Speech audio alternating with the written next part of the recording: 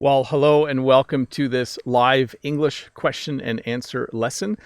This is a lesson that I do every Saturday so that if you have questions about the English language, you can ask me about them. The way you ask the question is you look for a link in the chat over there or over there, depending on where the chat is on your screen. Use that form to ask a question, and I will do my best to answer that question.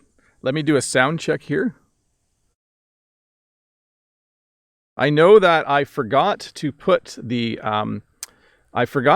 link to ask a question in the description of the video, so I'm just going to do that for a moment. Just give me 1 second here. Sometimes Bob the Canadian forgets things. By the way, if you were wondering who I am, I'm Bob the Canadian. Anyways, again, welcome to this lesson. It was great to see all of the people in the chat before the lesson. It's great to see all of the people jumping in. I want to say hi in particular to Dave and Todd, who are here again to moderate the chat. So to recap, I will try to answer all of your questions about this crazy and weird language we call English. If you have a question, please ask it using the link that you will find in the chat that is shared by Dave and Todd. I'm going to check to see if there is a question. Usually at this point, there is a question. But again, I did forget to share the link earlier. So hopefully there is a question. Here we go. We have questions. Pasha from Russia. Hi, Bob. With best regards from Russia, what do you think about the new Russian vaccine? What about you? Do you inject this vaccine in the first period of vaccination? I think if a vaccine is proven to be reliable, I will certainly try that vaccine or use that vaccine. I'm not sure I want to be one of the first people that tries the vaccine, though. I don't know, does that make me afraid? Maybe I'm scared. I'm not sure. I think it's amazing that the Russians have a vaccine that they are testing. I think any country that can do the research and create a vaccine that helps the rest of the world, I just think it's awesome. So I really hope the Russian vaccine proves to be effective. That would be so very awesome.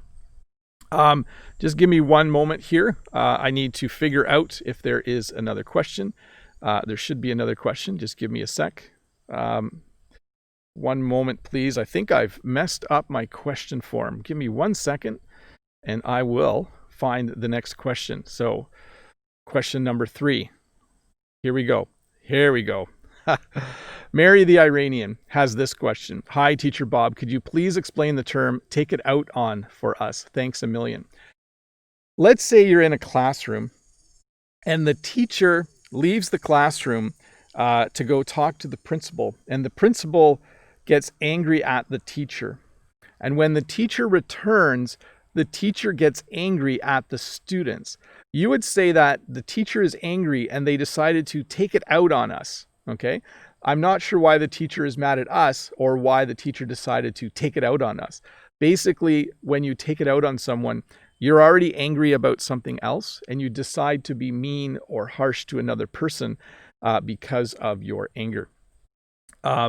So that's how that one works. It's not very nice when it happens. Let me see what the next question is. Hopefully that helped, Mary. Thank you so much for being a regular viewer and for that question. Bilal has the next question. Hello, sir. Sometimes I see on with days like on Saturday, and sometimes I don't. What's the rule? So on Saturdays, I do a live stream. Saturdays, I do a live stream. Fridays, I do a lesson in the morning, usually on a topic. On Fridays, I do a lesson in the morning on a certain topic. So I think when we take away the on, we're just getting lazy in English, okay? Wednesdays, I usually have a nap in the afternoon. On Wednesdays, I usually have a nap in the afternoon. By the way, I've gotten a little bit used to having a nap on Wednesday afternoons, so I'm not sure what it will be like when I have to go back to work. So anyways, Bilal, I think we've just gotten lazy as English speakers. Let me get to the next question. Is from Johnny from Brazil. And Johnny says, hello, Teacher Bob. How are you doing? I'm doing well. Thank you very much. I have to cram all day to pass the exam tomorrow. Is the use of cram correct in this sentence? Thanks in advance. Yes. So when students cram for an exam, it means that, let's say they should have studied 20 hours for the exam, but they're just studying for 2 hours the night before, we would say they're cramming. When you cram something in English, you put more things into a time or space than actually fit nicely. So let's say you have a box. You can cram a lot of things into a box if you pack it tightly. And if you study for an exam in a short period of time really quickly, we would say that you are cramming for the exam. So thanks for taking care of the chat, Dave and Todd. You can see why they're here. They keep everything nice and friendly. I love it. Remember, the chat is for nice English conversations between yourself and other people in the chat. I do want to give a shout out to Maz, who is here. I'm pretty sure Brent from American English with This Guy is here. And a few others. I see Nakshu is here as well. So it's so awesome to see all of the regular people here. Again, if you have a question, please use the form to ask it. Let's see here. Vivian Lee, hi Bob. I don't know how to use the phrase as far as something is concerned. Could you explain this with some examples? Thanks. Well, as far as I'm concerned, you should read, write, listen, and speak and build vocabulary when you're learning English. So that was my example sentence. So I'm expressing my opinion, okay? As far as I'm concerned, it's important to study all aspects of a language. As far as my mom is concerned, I should eat less food. So it's really just a way of explaining an opinion. You can also say things like, as far as the government is concerned, we should all be wearing masks. I'm not sure if you can hear that, but there's a lot of motorcycles going by today. Canadians are feeling a little stir crazy, a little bit of cabin fever because of COVID. So that means when you're in a space for too long, you need to get out. So a lot of Canadians are doing a lot of outdoor activities today. So Vivian, hopefully that helps. As far as I'm concerned, the more stuff you do outside, the healthier you are anyways. So more power to them. Do you know that English phrase? When you say more power to them, it means that's good that they're doing that. Let's see. The next question is from Sarah. Sarah says, hi teacher, how are you? I'm good, Sarah. I hope you are doing well as well. Could you please tell me, what does demand mean? And what does on demand mean? Thank you so much. When you demand something, it means you want it right away. Like if you go to the store and they don't have any bread, you could go to a store worker and demand that they bring more bread out. It's an intense way of asking something. On demand simply means it's available on the internet as soon as you click it. Okay, so for instance, when you watch a video on something like Netflix, we would say that those videos are available on demand. So basically, as soon as you want to watch it, you click, it's available. So that would be what on demand means. It probably has a few other meanings, but that is a great, I think, a good example for that question. Gina has the next question. Mr. Bob, can you recommend to us the best way or the best source to increase advanced vocabulary? I always recommend reading. I think because I'm a reader, I know there are many ways to learn new vocabulary, but for me, the best way to learn new vocabulary is to read. If I wanted to increase my advanced vocabulary, I would then read more advanced things. So reading the news is fairly simple and straightforward. Reading a 1,000-page novel in English is a lot more technical and more advanced. So for me, Gina, the best way to learn new words is to read and to actively take notes about those words, for sure. Let's see here. Let's get to the next question. Next question is from Mahmoud. Hello, Teacher Bob. How are you doing today? I'm doing good. My question is about the prefix RE. What is the difference between source and resource, search and research? So even though resource and research look like words with prefixes, in English, we actually use them as their own words, not a variation of the word source or search, okay? So source is where something begins, okay? So a stream has a source. There is a spot in the world where a stream or river begins. It has a source. A resource now is something that we get from the earth. So coal and oil, we would consider those natural resources. You could say, I'm a good source of knowledge, But you could also say I'm a good resource. In that situation, they mean the same thing. When you search for something, it means you're looking for a specific thing. So if I lose my keys, I search for my keys. If I want to know more about your country, I would research your country. So hopefully that made some sense. I know those words do sound somewhat related, and they are, but very much the prefix RE. It depends. Like when I watch a show on TV, then later I can rewatch the show. That means I do it again. But with resource and research, they're kind of their own words with their own distinct meanings.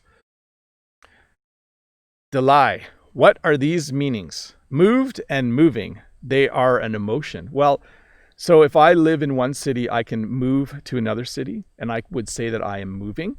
But in the situation you're talking about, I could watch a really good movie and I could be moved. And then I would describe the movie as being very moving. Okay. I might see a beautiful painting, and emotionally, you're correct. I would say that painting moved me. That means that it made me feel something. Or I could say the paintings from this artist are very moving. That means they make people feel happy or sad or some sort of strong emotion when they see them. Just going to pause for a couple of things. One is just a thank you again to Dave and Todd for moderating the chat. Please be respectful in the chat. Please only have English conversations there. And I do want to say again, if you do have a question, please use the link and ask it via the form. It does take me a while to get through all the questions, so please be patient. I'll do my best to get to your question as soon as possible. And there has been a request that I speak more slowly.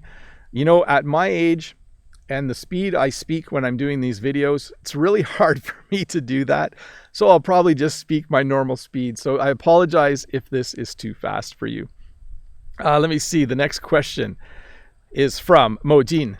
I hope I'm saying your name right, Modine. It's one of my favorite names, by the way, because it just sounds cool. Modine. Hi, Mr. Bob. How are you doing today? Could you please differentiate uninterested from disinterested and altogether from altogether? Thanks. Keep up the great work. I'm going to fail at this one, Modine. When something is not interesting, let me see. If I'm uninterested, I don't say uninterested, I say disinterested. I usually just say not interested. You know, I don't even think I use those two words. I'm uninterested in going. I'm not interested in going. He was, no. Okay. I'm just going to tell you what I say and what I use. When I don't find something interesting, I would say, I don't find it interesting. I'm not interested. Do you want to go to a movie? I'm not interested in going to a movie. Do you want to buy this amazing course where you'll learn English in 4 days? No, I don't want to buy that course. And then altogether and altogether. I think we use altogether at the beginning of a sentence. Like, well, altogether, it adds up to $20. But if I say my brothers and sisters and I were all together, that's how I would use the second version of that. Hopefully I made some sense, Modine. Tricky question. But hey, that's how it goes.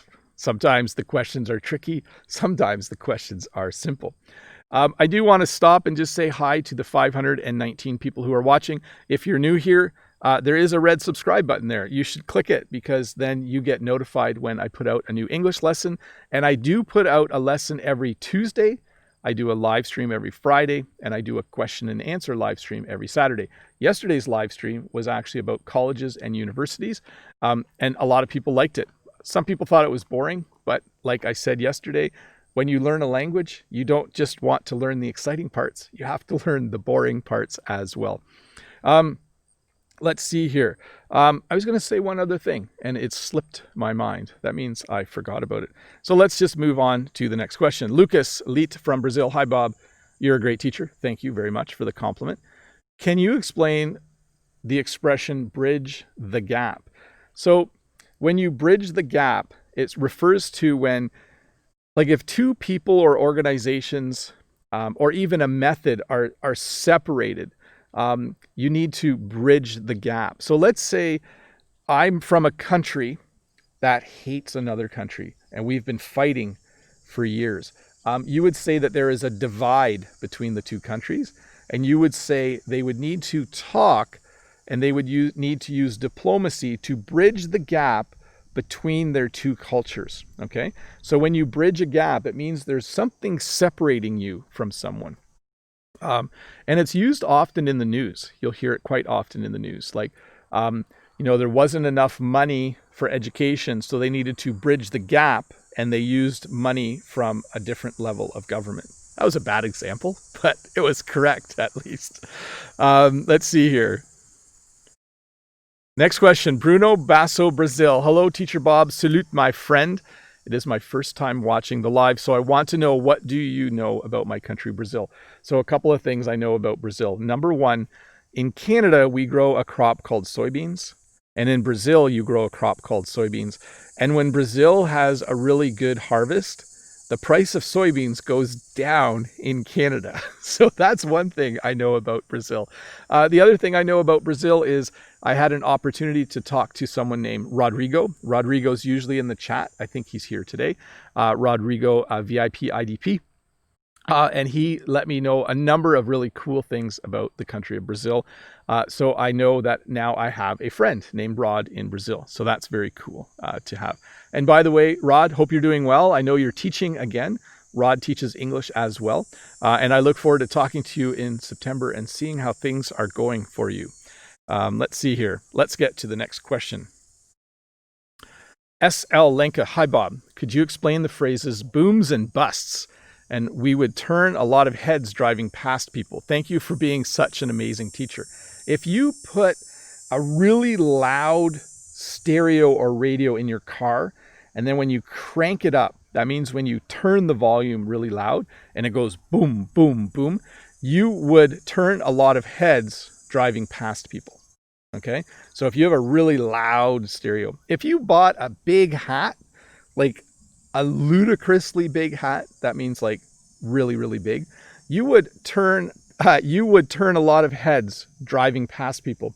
Although it'd be hard to drive with a big hat, wouldn't it? And then booms and busts. When something's booming, it's doing well. And when there's a bust, it's doing badly. We use this a lot to describe like the stock market. Like sometimes things are booming and sometimes there's a bust. So let me see here. Rod in the chat says, thank you, sir. It would be his pleasure to chat with me in September. That would be lots of fun. And I do want to recognize a few people in the chat as well. I know Wasim is there from Mumbai. And Brent, of course, from American English is there as well. And Norma. Hi, Norma. Good to see you in the chat again. Let's get to the next question. Let's see. Hi, Bob. Could you clarify the meaning of "I'll burn that bridge when I get to it"? Thanks. So I think there's two phrases here we need to talk about. Okay. So first of all, "I'll burn that bridge when I get to it" is not normally what we say. We say, first of all, "Don't burn any bridges." And the second phrase is, "I'll cross that bridge when I get to it." So let's talk about the first phrase. When you leave work and you quit your job, you want to leave on good terms. You want to be nice to your boss. You want to be nice to your colleagues, because in the future, you might want to work there again. So we would say, don't burn any bridges. So let's say you won $1 million in the lottery and you went into work the next day and you said to your boss, okay, I'm going to use not bad words, but not nice words. "You're an idiot. I hate you. I quit." You're burning a bridge there, because what if you spend all your money and then in a year you need a job? Your boss is going to think, "I'm not hiring this guy. He was mean to me last year." So don't burn any bridges. The second phrase, "We'll cross that bridge when we get to it," means sometimes when you're trying to do something, there are many problems along the way. And let's say there are 4 problems and all you can think about is problem 4 instead of problem 1. We would say, hey, we'll cross that bridge when we get to it. Don't worry about problem 4 right now. Just worry about problem 1. Hopefully that made sense. That was a great question. I like that question. It was fun to answer that question. Why do I have this weird joy when I answer questions? I don't know what it is. That's the way I guess my personality works.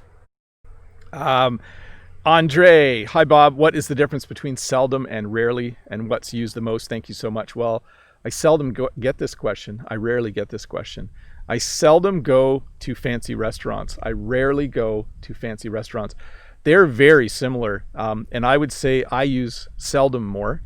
So I seldom go to movies. I rarely go to movies. Maybe I think they're the same, Andrei. I really do. I think the usage and which one we use is completely based on choice, and neither is more common than the other. They are both very, very similar. Okay. Mia, hello, Teacher Bob. Hope you are doing well. Do the words flex and flaunt mean the same thing? Could you please give some examples with them? Thank you. So, first of all, flex has two meanings right now. Okay. So you can flex your muscles. So you know how bodybuilders, they lift weights, and then when they are in a competition, they flex their muscles. They make their muscles look really big. That's the original word for flex. You can also say things that aren't solid can flex. Okay, so like a garden hose is flexible. It can flex. But recently we started using the word flex to mean when someone shows off. Okay, so you could say, weird flex is the term actually, or, oh, you're flexing on me. So if I said to someone, I have a YouTube channel with 500,000 viewers and you only have 400,000, we would say that I'm flexing on them. I'm mentioning something about me that makes them think I'm better than them. By the way, I don't flex. I rarely flex. That's why that sounded strange. Flaunt means to show off what you have. A good example of this would be a rich person who has an expensive watch and expensive rings and a really expensive car. We would say that they are flaunting their wealth, for sure. Let me see here. I see Brent laughing in the chat. Now I'm curious to see.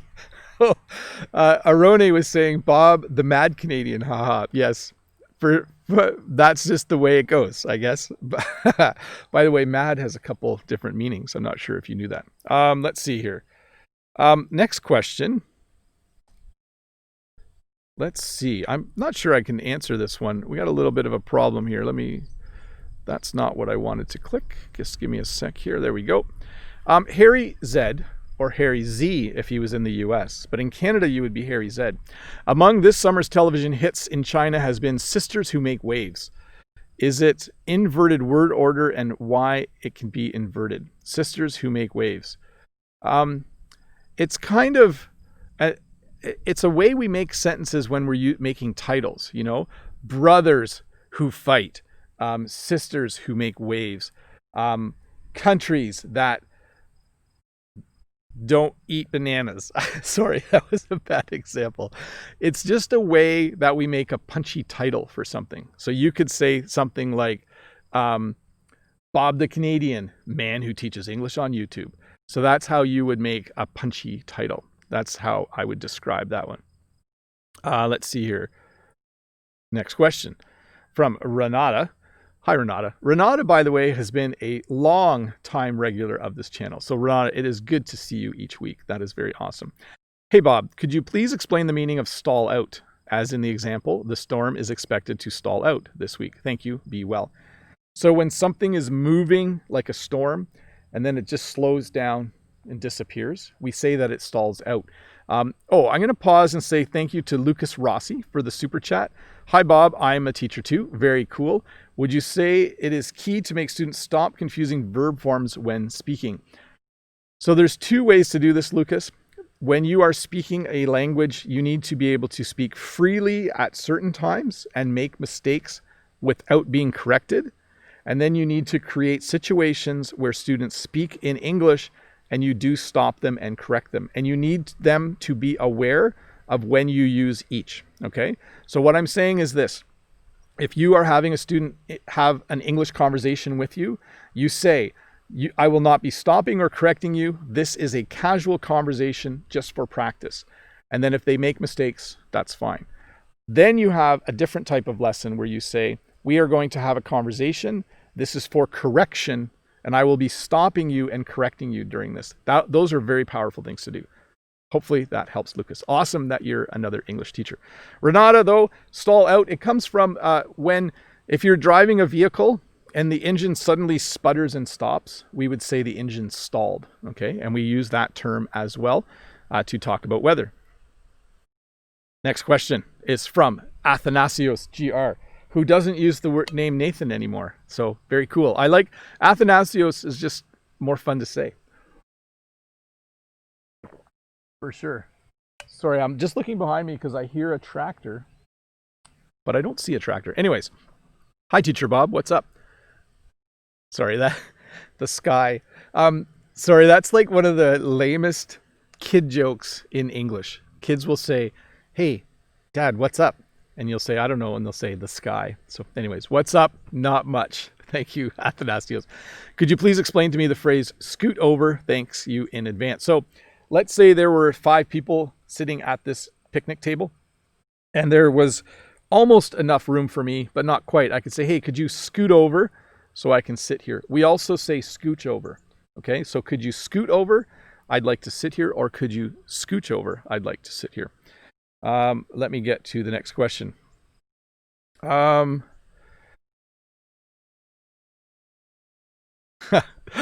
Ibrahim Moomin, does Bob mean grandpa or the elder one in the family? Because I'm watching Better Call Saul these days, and there is a grandpa who is called Bob. I don't think we use Bob, but in Better Call Saul, you may be hearing there are different languages, okay? Because they go between English-speaking countries and Spanish-speaking countries. So you might be hearing that, but interesting show.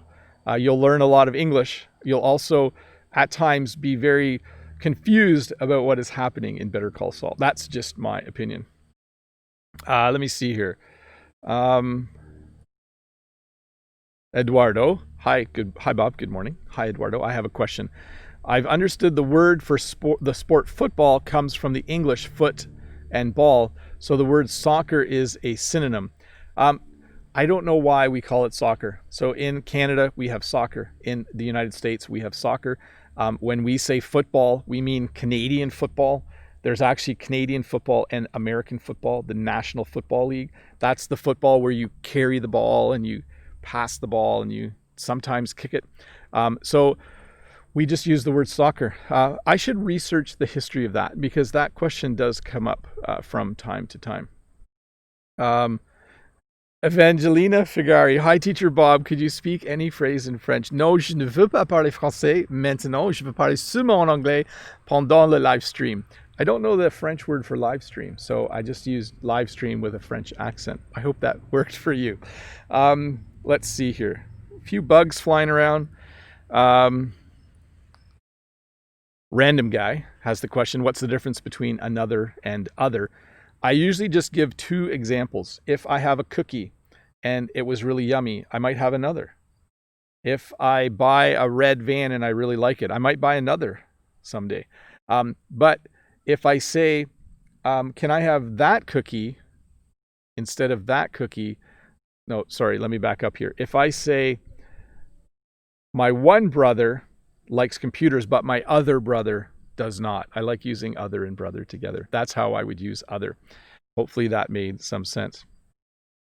Sukesh PK says, how does Canadian football play with the hand? Canadian football is almost identical to American football, except I think the field is a bit longer, the end zone is a little bigger, and a couple other small changes.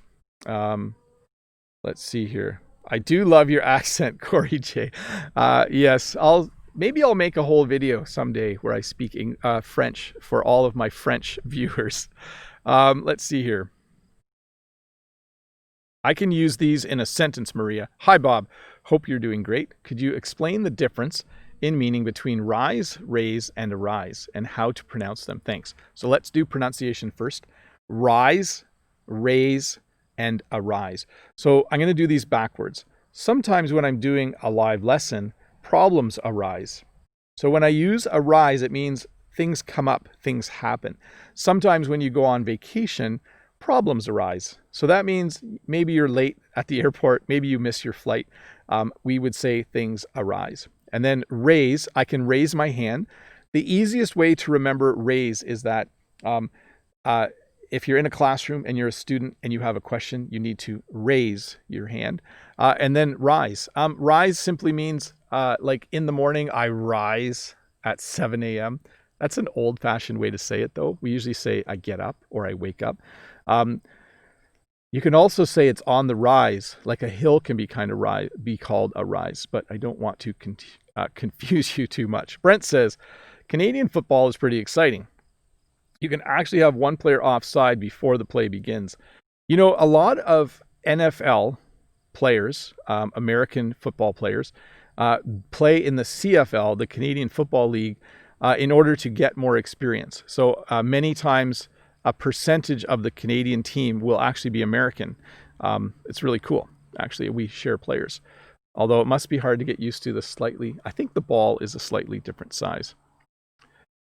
Next question from Luis Hernández. Luis says, Hi Bob, could you explain the differences between as well, too, and also? I'll have a cookie as well. I'll have a cookie too. I'll also have a cookie. So I flipped the also there. Let me do that again. I'll have a cookie as well. So if my brother gets a cookie, I can say, oh, I'd like a cookie as well. I'll have a cookie as well. Or I'll have a cookie too. I'll take a cookie too. Or I'd also like a cookie. So just a few examples there. Hopefully that made some sense. Let me do one small change here for a moment. We are going to flip the chat to members only. So if you are new here, first of all, you should click the red subscribe button, and you should know that during my live lessons for about 10 to 15 minutes, I switch chat to members only. Members are people who have decided to support my channel by clicking the join button below. I appreciate them. They are awesome, and they really do help me do the things I do on this channel. So if you are a member, you are free to ask questions in the chat right now, and I will continue to answer questions from the forum. Let's see here. In the chat, we see Norma saying the sun rises. Thanks, Norma. That's excellent. Yes, every morning you will see the sun rise. Excellent. By the way, you can say sunrise or the sunrise. I'll explain that more in the comments below later, I think. And then nateindie says, Rocky is more funny.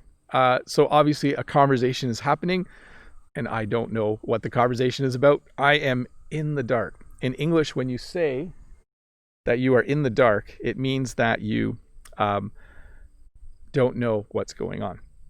Sam, the Taiwanese. Hi, Teacher Bob. No question today. Hope you have a good day. You too, Sam. Thank you very much.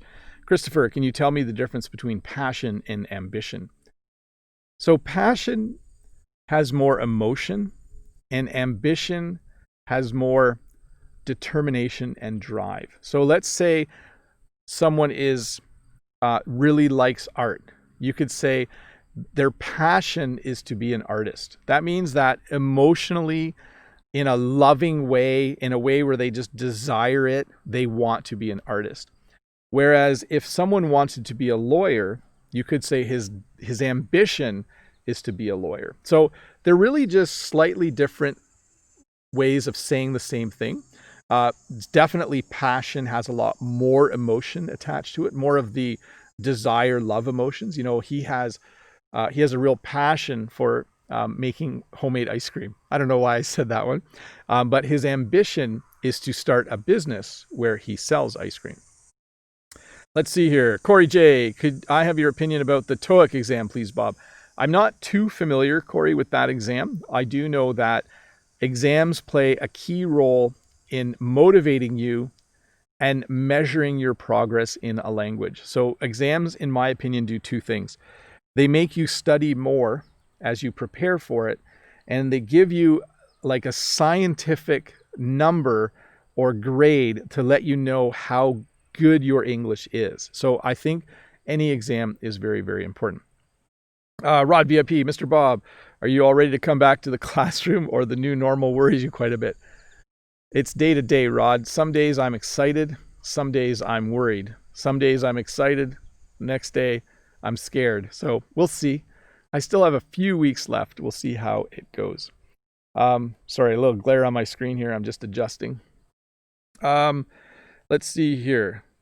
Where am I? Daniel says, Hi, Bob. Do you believe that we still will be 1 million subscribers by the end of the year? You know, this might sound odd, Daniel, but I don't look at that number very often. I try to spend as much time as I can making stuff and then worry less about how many subscribers there are. I was happy when I passed 1,000 subscribers, and I'm just continually happy to have so many.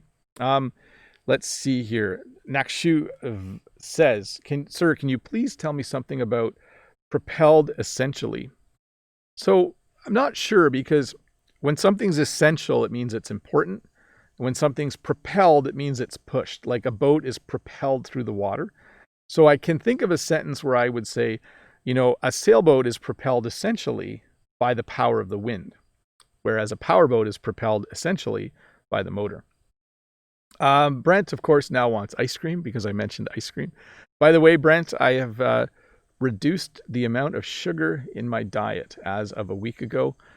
You can see how nice and thin I look now. So I don't think I'm going to eat a lot of ice cream going forward. We'll see. Let's see here. Zev says, hi, Teacher Bob. How's everything? Hope you have a good day. Thank you very much. Nateindie says, I wrote hokey wrong. I wrote rocky. Sorry.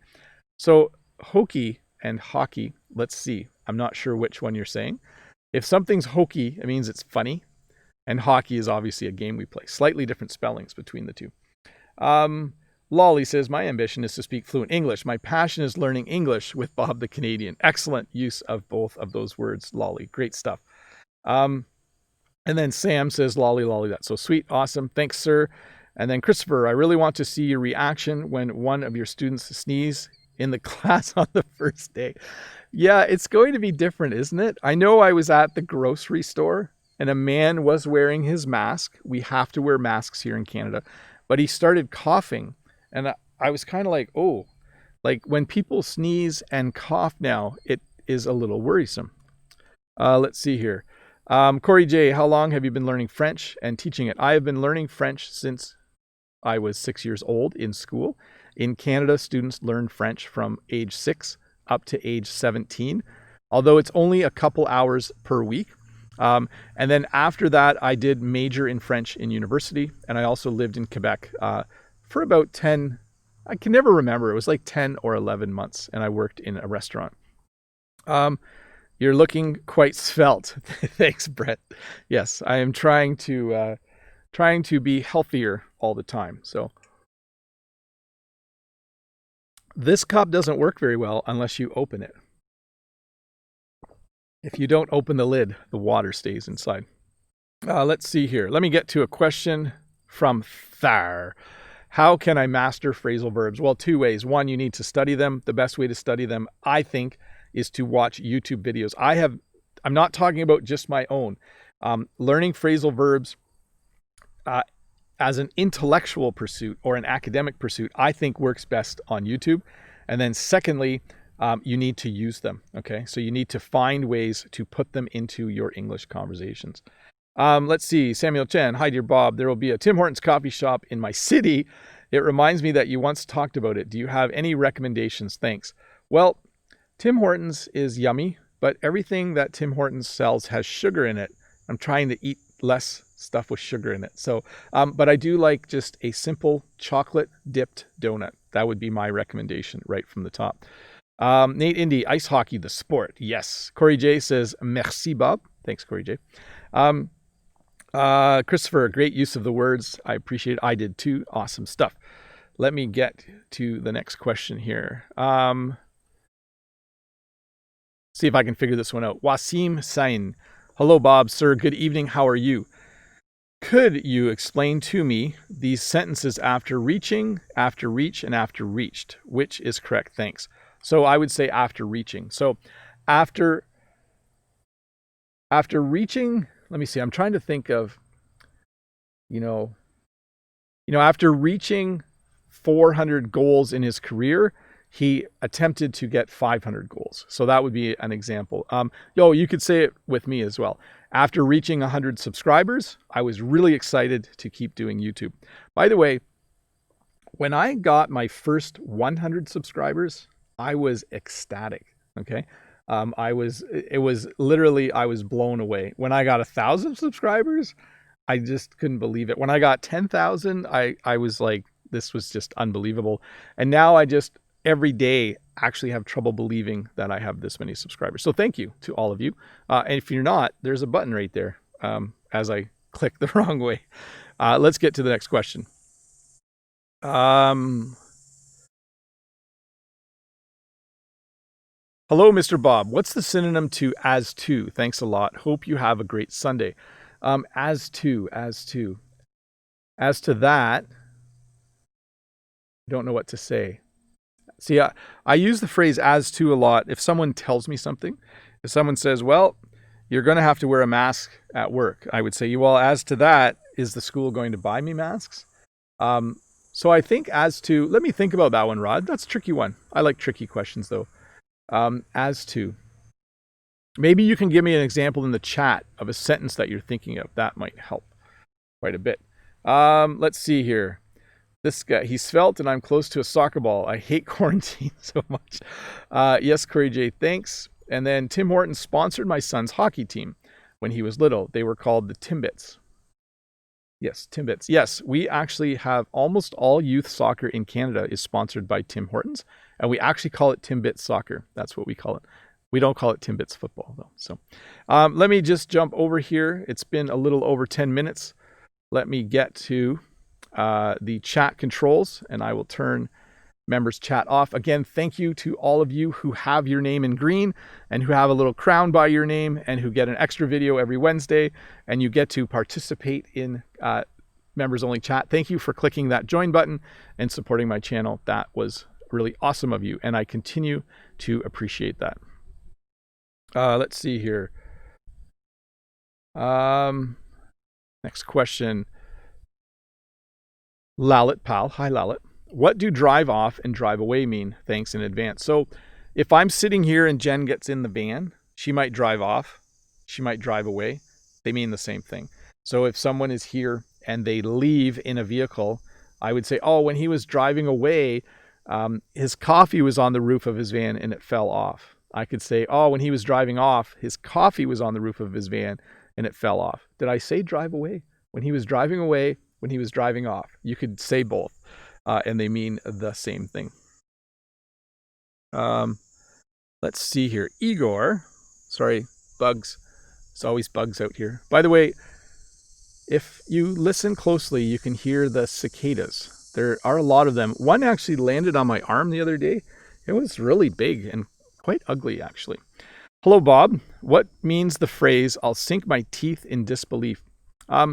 So I'm not familiar with that phrase, but I'll give you a different one. You can say, I'll sink my teeth into it. Or, wow, he really sunk his teeth into it.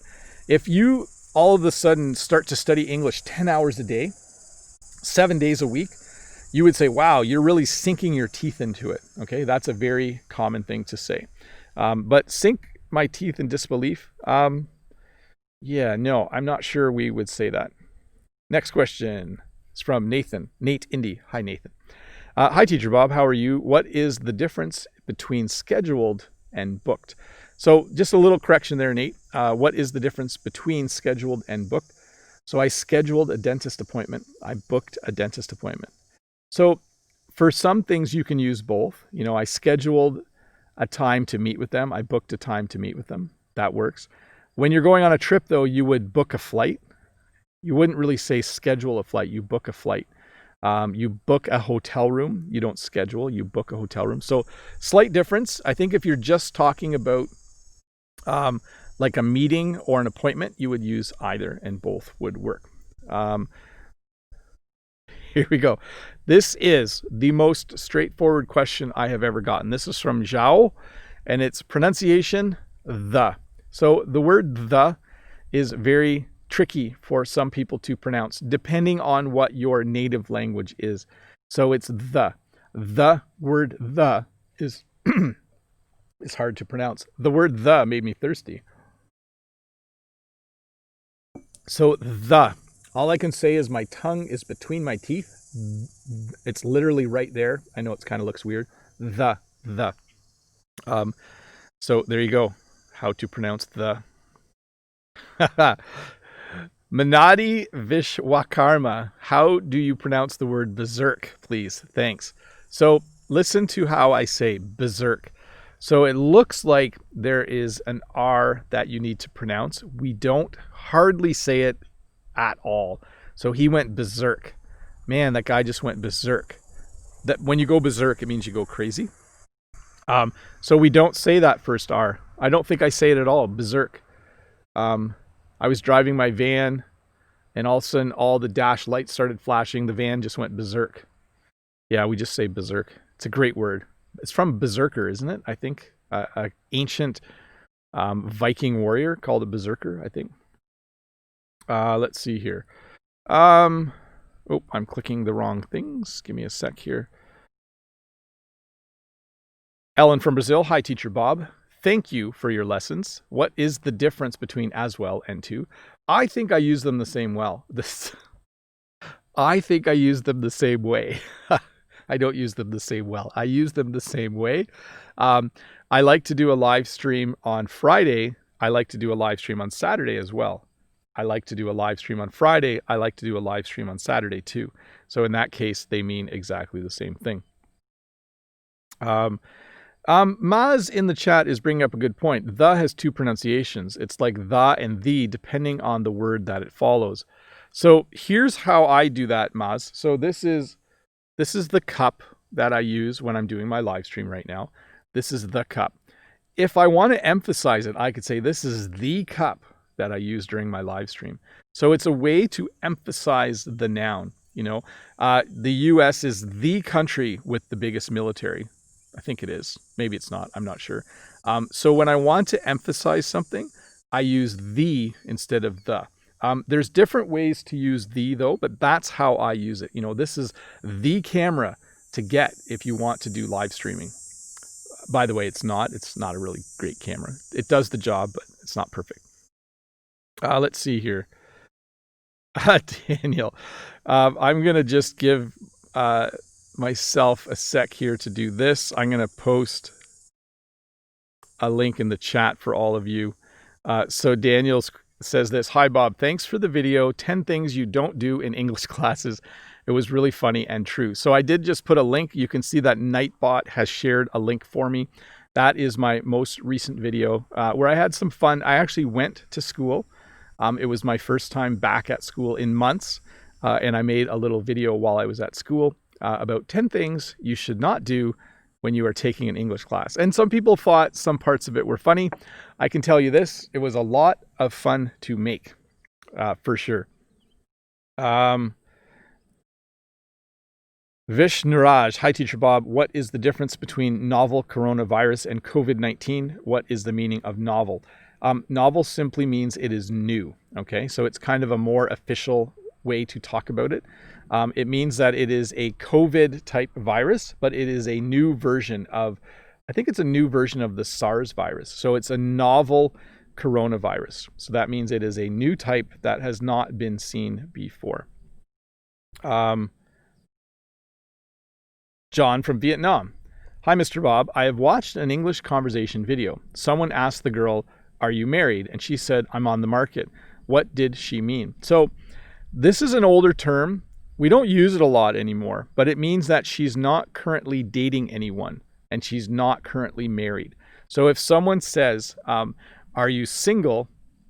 It's the same as saying, yeah, you know, I don't know if that term's even politically correct anymore, because a market is a place where you sell things. So it's definitely a phrase I'm familiar with.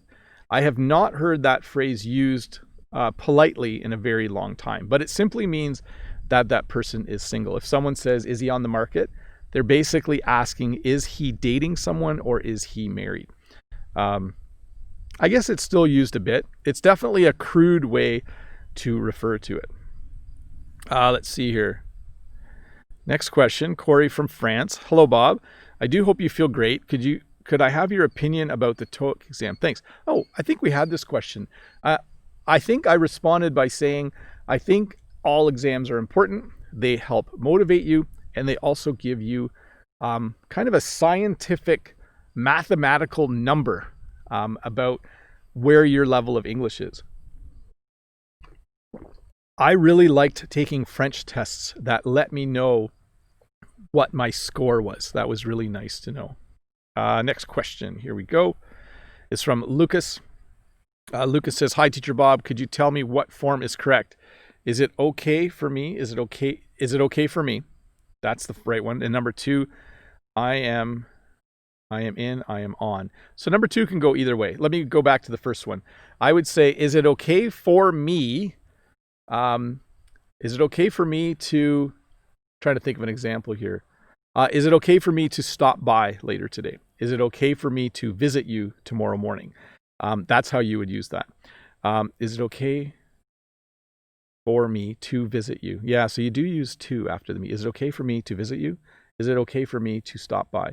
And then the second one, when I'm joining an online meeting, I might say, I'm in, or yep, I'm online, or yep. I don't think I would say I'm on. I think I would say I'm in. Like I'm joining a Zoom meeting, I would say, yep, I'm in. Eduardo Fernandez Sierra has given me a super chat and says, hi, Mr. Bob. Hi, Eduardo. What is the difference between despite, though, and even though? How should I use it? How should I use it? Thanks in advance. So let me give you an example. So despite the fact that the bugs are making a lot of noise, I'm still doing a live stream outside. Okay. So despite the fact that they're making a lot of noise, you can also say in spite of the fact that they're making a lot of noise. Though I would say, let me give you the last one. Even though the bugs are making a lot of noise, I'm still doing a live stream outside. Now here's how I would use though. The bugs are making a lot of noise, but I'm going to do a live. Let me just stop for a sec. I'm going to do a live stream though. This is one where Bob gets puzzled. Though, how would I use that? Even though the bugs are making a lot of noise, I'm still going to do a live stream, despite the fact. Yeah. I'm drawing a blank. That's rare for me. Usually during a live stream, I can answer everything. So use the word though in a sentence. I really need to do a lesson on though and although and even though, because I think that does bring up some confusion. So sorry, Eduardo. Though it would have been nice, I wasn't able to think of an example. That was just an example. Did you hear that? Though it would have been nice, I wasn't able to think of an example. Sorry about that. Let me see. Oh, Corey J, pas de problème. Sorry, Bob. I thought the system to ask questions didn't work. It was working, and then it stopped working, but it was actually me that was broken, not the system. Kevin, have you ever had a dream to pursue a PhD degree? So there's been a couple of times in my life where I have thought about getting my master's degree and then my PhD. But the problem is, in order to do that, I would need to work less. And I have a family and I need to work to make money to pay the bills. So I've never really actually committed to it. Maybe someday in the future, if my situation changes, as my kids get older and move out, maybe I will have more time and a little more money to do a PhD or at least a master's degree. We'll see. Let's see here. From Daniel, hello, Teacher Bob. Sometimes I heard people pronounce either in 2 different ways. Could you please explain why? Thanks so much. I don't know why, Daniel. Sometimes we say either and sometimes we say either. Sometimes we say neither and sometimes we say neither. So either people are crazy or English is a weird language. Either people are crazy or English is just a weird language. So, and I don't even know why I choose one over the other. Okay. Either it's because my brain just decides. I could actually say either it's because my brain just decides. I don't know. I don't mentally decide which pronunciation to use. It just comes out. It's kind of weird. Hey, one more time, if you're new here, you should subscribe to the 560 people watching. Thanks, first of all, for being here. And if you want to get notified when more lessons come out, you should subscribe. Let's see here. Hola, Mr. Bob. No questions today. Here, 9 p.m. I made the sticker, Mr. Bob, already added my WhatsApp stickers. Yeah, so there are some fun stickers that you can use in the chat, and feel free to do what you like with those stickers. Jose from Brazil. Hi, Teacher Bob. How are you? Could you explain what is the IELTS and TOEFL exam? So there's slightly different versions of an English test. It's kind of a worldwide standard test. If you are going to a college or university where you need to speak English or in an English-speaking country, you will probably have to take some kind of English test as an entrance exam or entrance test, and it might be either the IELTS or the TOEFL, one of the two. You might also need this for work in different countries.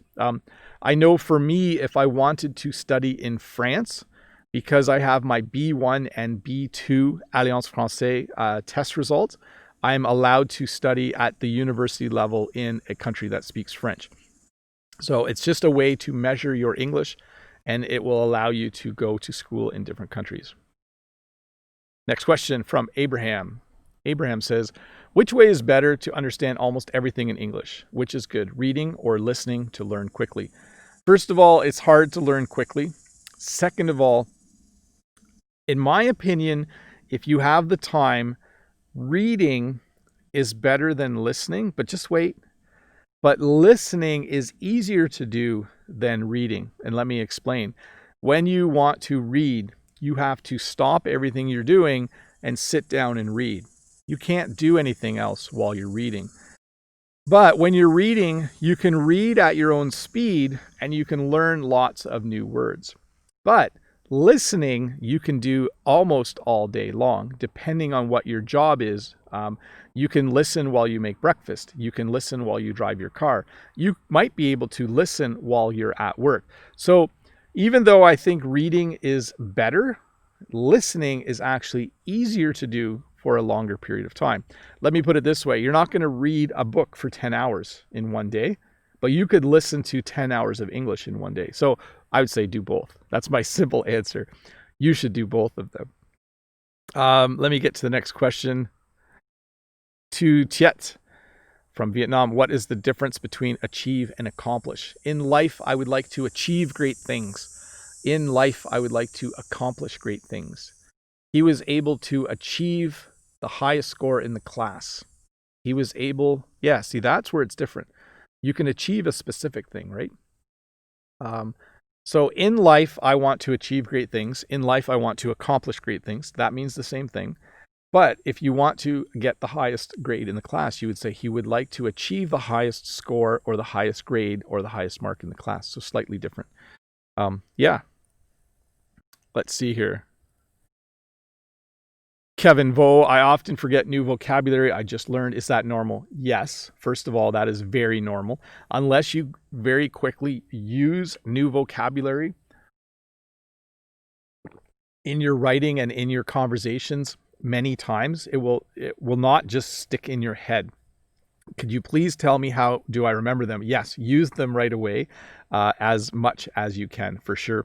And then your last question, in your opinion, how many new words should we learn per day? It depends on your goal, and it depends on how long you will be studying English. So let's say you wanted to learn 15,000 English words, and you are going to be studying English for 3 years. I would simply divide that. Let's say your goal is to learn 5,000 English words, and you have, let's say, 500 days to learn it, then you should definitely be learning 10 words a day. So really just decide what your goal is, anything from 5,000 to 15,000 words, and then divide it. Do the math, we would say in English. Just do the math. Let's see here. Let's see. Just reading some of the chat. I don't often read too much of the chat. A lot of people saying that they like my videos. That's nice. And then let's see here. Sam, I try to make sentences to memorize new words. Samuel, that is a great way to do it, is to just use them in some way as quickly as possible after you learn them. Alan from Brazil. Hi, Teacher Bob. Could you say some platforms you use to read the news in Canada? I want to improve my English. Thanks for all. So I really just like Google News. So news.google.com is what I use. You can easily go to news.google.com. It will be in your own language, but you should be able to change the language to English. That's what I do for French. I go to news.google.fr. That's a little trick, and I get my French news. That is probably what I would do. Then you'll get a lot of news from different sources. So Mike from Brazil says, hi, Teacher Bob. Did you cut your hair? Yes, it was very nice. By the way, is it correct to say, did you cut your hair? Yes. Or I can use, did you go to the barber? Thanks in advance. So I did cut my hair, but I didn't go to the barber. And yes, that would be the correct way to say it. You could say, did you get a haircut? That is the most common way to ask it. If you know someone cuts their own hair, like I actually cut my own hair, you could then say, did you cut your hair? But the most common way to ask it would be to say, did you get a haircut? You could say, did you go to the barber? But mostly we say, hey, did you get a new haircut? I don't know why we say new, because a haircut's always new. That's a weird one. Brent, I'm just going to defer to you on this one. Brent, do we say, did you get a new haircut? And if we do, why do we say new? Because a haircut's always new. You would never say, did you get an old haircut? That doesn't make any sense. Anyways, I'm going to wrap this up. It has been 1 hour. I do want to say, if you're new here, please hit that subscribe button. If you want to support my channel, please click the join button below. I do appreciate it. And thank you to everyone who has joined and become a member. If there were parts of this video that you did not understand, there will be English automatically generated subtitles later today or tomorrow. Please do come back and re-watch just that one portion to help your listening and to help your comprehension. I do want to say thanks to Dave and Todd once again. You guys are awesome. Brent says we get a new haircut when you change the style. Yeah, that's true, right? Yes, for sure. Did you get a haircut? Yes. If all of a sudden my hair was parted in the middle and I had it a little longer in the back, it would be a new haircut. Yes, when you change your style. Thanks, Brent. Anyways, thanks, Brent, for being here and chatting in the chat in English with people. And thanks to all of you for watching. Hope you're having a good day. I hope you have a beautiful sunny day wherever you are, and that you can experience just some of the beauty of life that's around you. Anyways, Bob the Canadian here. Thanks for watching. And I'll see you Tuesday with a new video. I'm going to click end stream now. So